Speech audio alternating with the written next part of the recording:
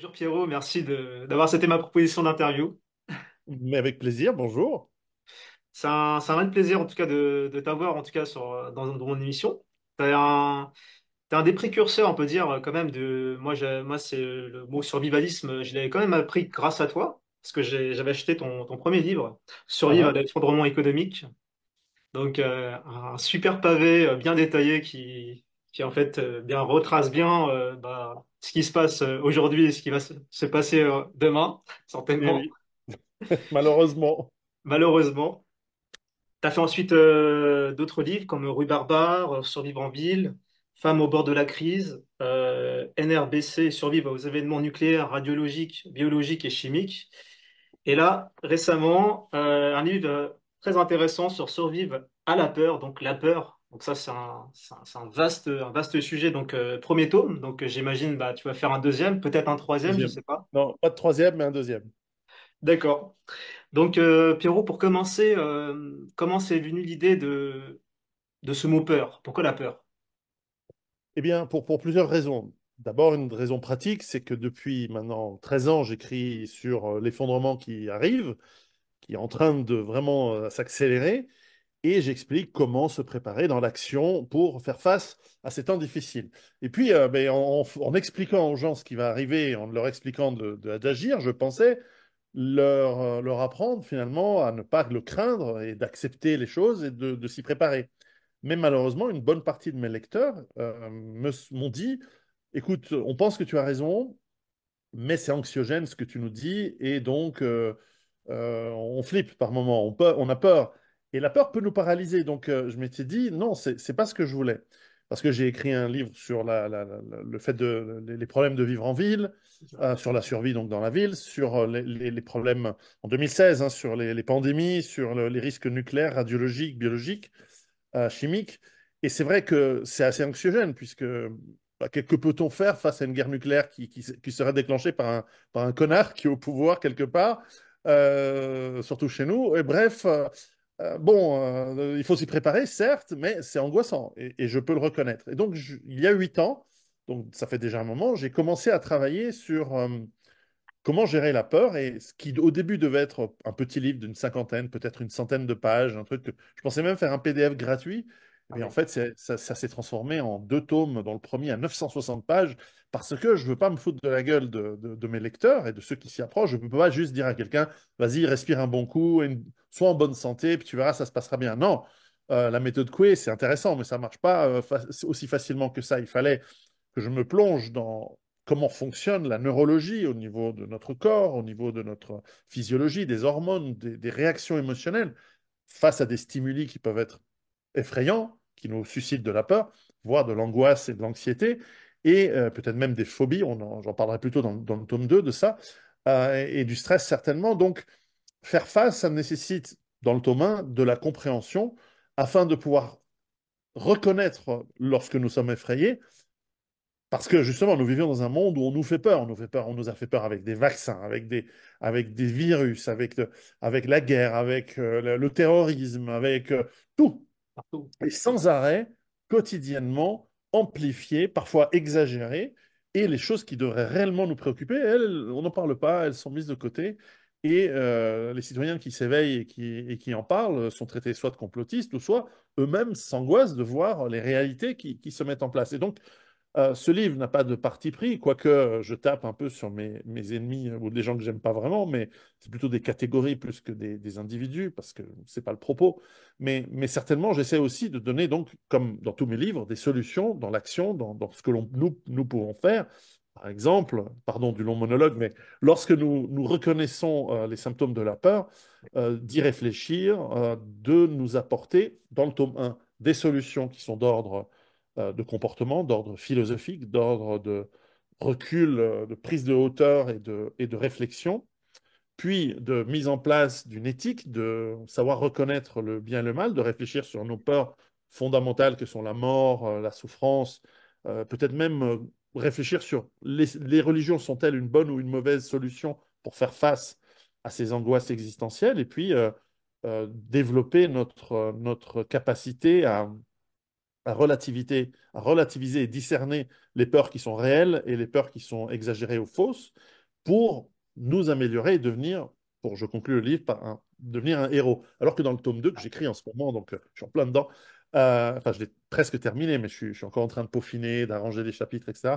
Là, on va parler plus des réponses face au stress, des réponses qui peuvent passer par la psychothérapie, par exemple, mais aussi la gestion des addictions qui sont souvent dues à des peurs et toute la gestion physique, physiologique, donc de la peur, par exemple, la respiration, le sommeil, la nutrition. Voilà, la liste est très très longue, donc il fallait 2 livres épais parce que ce sont des sujets importants et que ce ne sont pas des sujets qu'on peut traiter à la va-vite et que je ne peux pas faire du développement personnel à l'américaine où je dis, vas-y, il faut y croire, respire et c'est tout. Non, il faut être sérieux dans ces domaines et apporter des solutions de vulgarisation, parce que je ne suis pas un spécialiste. J'ai interviewé des centaines de spécialistes, j'ai lu des dizaines de milliers de documents scientifiques et autres pour discerner ceux qui sont vrais de ceux qui sont faux, parce qu'il y en a beaucoup qui sont faux aujourd'hui, et de proposer des solutions via des exercices, enfin bref, un livre complet qui, j'espère, vous aide à ne plus être effrayé, ou moins, et surtout utiliser la peur, qui est une amie, qui est un système d'alarme, d'alerte, pour avoir une vie meilleure. C'est vrai que tu sais, à premier abord, quand j'ai reçu le livre, je me suis dit, waouh, c'est un gros pavé. Est-ce que parce que moi, je n'aime pas trop rester trop longtemps parfois quand je lis. Et là, du coup, en feuilletant, en regardant, en lisant ton livre, je me suis dit, mais en fait, c'est super riche parce que tu abordes, comme tu as dit tout à l'heure, hein, plein de sujets philosophiques, historiques. Moi, il y a un mot là, ça m'a parlé, tu parles de héros. Donc, tu vois, je vais citer là, ce que tu dis dans le livre, la définition du héros. Un héros est une personne qui contribue courageusement, même dans les circonstances les plus difficiles. Un héros est un individu qui agit de manière altruiste et qui demande plus à soi-même qu'aux autres. Un héros est un homme ou une femme qui défie l'adversité en faisant ce qu'il ou elle croit être juste malgré sa peur. Est-ce que ça te correspond, Pierrot? Ah, ce serait immodeste de répondre, mais en tout cas, ce que j'explique dans la volonté d'être héroïque, je préfère mentionner des gens que je considère des héros dans l'histoire et même dans le présent, notamment dans la dissidence. Qui sont tes Euh, héros, Pierrot? Ou oh, héroïnes? il y en a beaucoup, mais comme tu dis, le héros, ça peut être... en fait, ce que tu décris, et ça tombe bien parce que je suis en plein dans le chapitre du tome 2 sur l'amour, euh, être un héros, c'est en fait aimer. Et aimer sans attendre rien en retour, et aimer avec discernement, parce qu'il ne faut pas aimer n'importe qui, n'importe quoi. Mais nous avons dans cet acte de progression qui est le parcours du héros, de développement d'une quête et qu'on ne fait pas seul en général. On a des amis. Tu sais, la quête du héros, c'est un parcours initiatique même une trame narrative assez courante dans l'histoire. Ça va de l'Iliade et l'Odyssée avec des héros comme Achille, Hector, Ulysse, jusqu'à aujourd'hui Je avec suis Joseph Campbell d'ailleurs. oui, Joyce Campbell a écrit plusieurs livres extraordinaires là-dessus, jusqu'à aujourd'hui avec Star Wars. Enfin, Luke Skywalker est un héros quand on regarde et George Lucas a évidemment repris Voilà, l'Iliade et c'est ça. l'Odyssée parce que ce sont des trames narratives qui fonctionnent et il s'est fait des milliards grâce à ça, et tant mieux pour lui.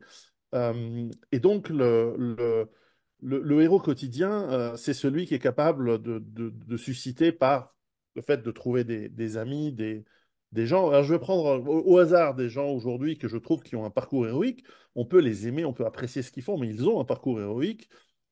Clairement, par exemple, en Angleterre, c'est quelqu'un comme David Icke. Clairement, je pars en France, ça y est, je vais finir en prison pour le dire, mais c'est pas le seul, mais ça peut être quelqu'un comme Alain Soral, ça peut être euh, en Russie comme Vladimir Poutine. Ça peut être, ouais, je prends des exemples lointains. Alors après, il y a des héros tragiques qui sont parfois mus par alors, peut-être l'individualisme ou l'appât du pouvoir. Ça peut être un Napoléon Bonaparte et d'autres qu'on ne va certainement pas mentionner, mais parce que héros ne veut pas dire forcément qu'il est apprécié ou qu'il est forcément positif, d'ailleurs. C'est positif pour les siens, en tout cas, pour son peuple, et puis ça peut rater. Mais en tout cas, il y a cette approche du quotidien aussi qu'il faut mentionner, être un père de famille, être une mère aimante de ses enfants et qui chérit son foyer. Ça, c'est de l'héroïsme quotidien. Ça peut être quelqu'un qui fait un travail bien fait, de qualité, sans s'attendre à une carrière mirobolante et des salaires en millions de dollars. Ça peut être une approche héroïque. Celui qui soigne ses amitiés, qui soigne son jardin, qui soigne les gens autour de soi, dans le respect, dans l'humilité et une certaine rigueur même parfois une certaine dureté. Le héros n'est pas quelqu'un de mou, c'est pas François Hollande, hein. François Hollande, c'est pas un héros, c'est un zéro. Etc., etc. Et nous sommes entourés, d'ailleurs, malheureusement, ce jeu de mots était facile, mais nous sommes malheureusement entourés, dirigés par des gens qui sont des héros. Même s'ils sont intelligents, même s'ils sont puissants, l'état profond, en fait, ce sont des gros nuls. Et en plus, c'est des gros enculés. Mais ça, parfois littéralement. Mais ça, c'est une autre histoire. Ils en prennent cher, généralement, ces gens-là, dans mes petites histoires de fin de chapitre, mais bon, ça fait plaisir, et puis ça illustre les propos. C'est un peu une marque de fabrique chez moi de mettre des histoires à la fin de chaque chapitre et l'exercice, ça c'est la nouveauté dans ce livre, pour illustrer et faire travailler les lecteurs à la fois mentalement, mais aussi de réfléchir physiquement à ce qu'ils peuvent faire, comme tu as pu le constater en regardant ou feuilletant le livre. Tu parles du zéro, je vais faire comme eux, tu sais, qu'ils inversent les symboles. Du coup, le zéro, moi, ça me fait penser au cercle. Donc là, à la fin, tu parles du cercle, Mhm. qui est un symbole très puissant. Est-ce que tu peux nous en dire un peu plus? Oui, c'est un de mes, ce que j'en ai un là, ce qui traîne. En fait, je viens de sortir mes cartes de visite et je les ai amenées à l'étage en dessous. Les, un de mes symboles, parce que l'être humain est profondément marqué par les symboles, parce que nous avons des archétypes, j'en parle dans le livre. Euh, L'un des symboles qui me plaît le plus, c'est un symbole japonais qui s'appelle l'enso, qui est en fait voilà, c'est avec un pinceau, on fait un cercle. Et ça symbolise le cercle, les cycles. Ça peut symboliser beaucoup de choses, les cycles de la nature, l'ensemble des choses. On est tous reliés les uns aux autres d'une manière ou d'une autre, même avec les pires enculés, les pires zéros et nos pires ennemis. Nous sommes reliés. D'ailleurs, c'est souvent eux qui essaient de se relier à nous par l'oppression et la tyrannie. Mais bon, on va leur rendre la monnaie de leur pièce assez bientôt, je pense, de manière définitive, j'espère. Mais bon, après, là, justement, on recommencera un nouveau cycle. Il y a des saisons. Tout ça, c'est très beau, je crois. C'est symboliquement quelque chose qui nous appelle à l'humilité. Nous naissons, nous grandissons, nous avons des volontés de toute puissance. Nous devrions tenter de devenir des surhommes. Et puis, inévitablement, nous devenons plus âgés, plus faibles, peut-être plus sages, mais nous dépérissons et nous mourrons. Et ce sont des cycles auxquels il faut, à mon avis, se relier. Et personnellement, c'est un de mes symboles personnels. Mes cartes de visite, voilà, que je voulais te montrer, mais que je ne les ai pas là, ont cet tenso, fait différemment que celui que j'ai pris traditionnel japonais dans le livre, mais voilà, c'est l'univers. C'est un cercle, une sphère, une manière de voir la vie. J'y avais pas pensé quand j'étais tout jeune, mais depuis une dizaine d'années, j'y pense, et donc je me suis approprié de ce symbole, hein. Il y a des symboles plus graves et plus dangereux, mais celui-là, je l'aime bien. C'est un symbole, voilà, on peut rien dire, c'est un cercle, c'est la tasse de café, le, le- le- le- le bouclier derrière. Il y a plein de choses qui me rappellent ce cycle et que je vois fréquemment. Donc, c'est, euh, voilà, ça me parle et je voulais partager ça avec mes lecteurs plutôt vers la fin, dans la conclusion de ce tome 1, parce que nous avons tous besoin de nous rattacher au cycle de la vie et de la nature. Alors, je précise, quand tu disais tout à l'heure, tu parles de surhomme, c'est pas dans le sens, comme eux le disent, dans le sens transhumanisme, quoi. Ah non, ouais. Ah non, ni même dans le sens, parce que en fait, c'est plutôt dans le sens nietzschéen Oui, que j'en parle, et même quand on dit le sens nietzschéen, les gens ils voient ça comme le surhomme, oui. on va dire, hitlérien, qui était très en vogue dans les années, d'ailleurs pas qu'en Allemagne, aux États-Unis et ailleurs. Non, non, le surhomme, c'est celui qui devient celui qu'il est dans son potentiel, c'est celui qui va chercher ses désirs, ses passions, et qui va bâtir une vie héroïque pour devenir, voilà, on a un petit laps de temps sur Terre, on a 80 ans, 70 ans, 50 ans, peut-être moins si on compte uniquement l'âge adulte, donc pour faire quelque chose de grand de nous-mêmes et ensuite de faire quelque chose de grand pour les autres. Et pour ça, on doit être autre chose qu'un esclave, on doit être autre chose qu'un gauchiste qui se plaint tout le temps, faut être autre chose qu'un victimaire qui se dit ah, j'ai peur, l'esclavage, ah, la Shoah. Non, attendez, putain, d'un moment, il faut être grand, il faut se lever la tête. Ce qui nous est arrivé à nous, à nos ancêtres, c'est passé, on peut apprendre de cela, certes, mais l'avenir, il est pour nous, il est devant nous. Et donc, nous ne vivons pas comme des sous-merdes qui pleurnichent, nous ne vivons pas comme des gens qui vont demander l'aumône sans arrêt toute leur vie et qui sont faits des esclaves. Petit secret pour les hommes qui nous écoutent, les femmes détestent ces gens-là. Alors que le héros, c'est celui qui va faire quelque chose de sa vie. Ça peut être petit, hein, encore une fois, je le répète, mais il va développer cette capacité à être un surhomme. C'est dans ce sens-là qu'on entend. Ça ne veut pas dire supérieur aux autres, bien que de fait, celui qui réussit des choses, il va être plus aimé et apprécié que celui qui ne fait rien. Le surhomme va être, euh, aura la capacité d'ailleurs d'être charitable, d'être aimant, d'être bienveillant. Celui qui n'est rien et qui ne fait rien, il peut dire il se drape de tous les oripeaux de la bien-pensance, mais en fait, il compte pour rien. C'est, c'est, euh, c'est, euh, c'est souvent une personne qui ne fait rien, qui se complaît dans sa victimitude, dans son état de victime, et donc, en fait, qui est quelque part assez méprisable. Donc, comme nous sommes charitables, nous devons dire aux sous-hommes et aux esclaves, devenez des surhommes, vous aussi, quittez vos idéologies de merde qui vous gardent dans la boue. Euh, Au contraire, développez vos compétences, développez votre capacité à ne plus avoir peur d'abord de qui vous êtes, de votre condition, et élevez-vous. Et on vous tendra la main éventuellement, parce qu'on tend la main aux gens qui font des efforts et qui sont capables. Ceux qui sont victimes, en fait, souvent, ils procurent au mieux de la pitié, mais la pitié, c'est un très mauvais sentiment. Au pire, on a envie de les écraser encore plus parce que ça nous dégoûte. Je Incroyable. plaisante un peu. Alors peut-être question un peu plus là du coup qui sort du livre là qui m'intéresse beaucoup Pierrot quand il y a eu la crise la crise sanitaire tu vois la période La on va dire pandémie. de d'enfermement du pouvoir, j'ai pensé à toi. Je me suis dit, tiens, Pierrot, il a dû certainement anticiper tout ça. Alors, ma question, c'est, est-ce que, bah oui, j'imagine, tu avais déjà prévu ce genre de choses, mais est-ce que quand ça s'est produit, est-ce qu'il y a des choses que tu n'avais pas pu euh, bien t'organiser sur le moment? Enfin, parce que même en s'organisant en avance, on se dit, bon, on s'organise en avance, mais sur le moment, peut-être, il y a eu des imprévus. Est-ce que tu as des choses que tu Oui, n'as oui, oui. pas pu Et gérer? beaucoup, beaucoup parce que, alors, j'ai écrit un livre, j'ai coécrit un livre avec un spécialiste du GIGN sur les risques de pandémie et de risques nucléaires, biologiques, etc. Et c'est vrai que la pandémie, la pandémie, on sait comment gérer, on sait quoi faire. Et les États savent quoi faire, les hôpitaux savent quoi faire, les armées savent quoi faire, elles ont des plans, elles ont des organisations. Tout est prévu pour gérer de manière excellente une pandémie, par exemple, isoler les malades et laisser en circulation les sains. Personne n'isole les gens sains, à moins d'être sur un truc, mais d'un danger tellement gigantesque. Et donc en janvier, quand j'ai commencé à suivre ce qui était annoncé en Chine, bon, je me suis posé des questions, j'ai préparé toute la possibilité de m'établir de manière durable ici, et depuis, j'y suis resté d'ailleurs dans ma ferme.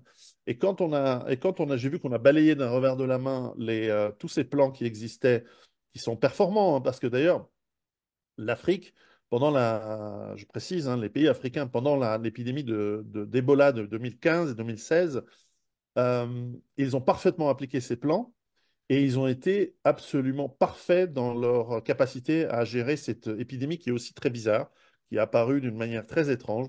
Mais en tout cas, ça a été très très bien géré. Et donc, chapeau à nos amis africains et au système de médecine du Sénégal, du Niger, du Burkina, enfin, tous les pays autour de la Gambie où ça avait démarré. Je crois que c'était en Gambie. Et qui ont fait un travail parfait et donc qui démontre que l'Afrique, euh, quand elle veut et qu'elle est laissée à elle-même avec ses propres ressources, elle est capable de faire des choses très très bien.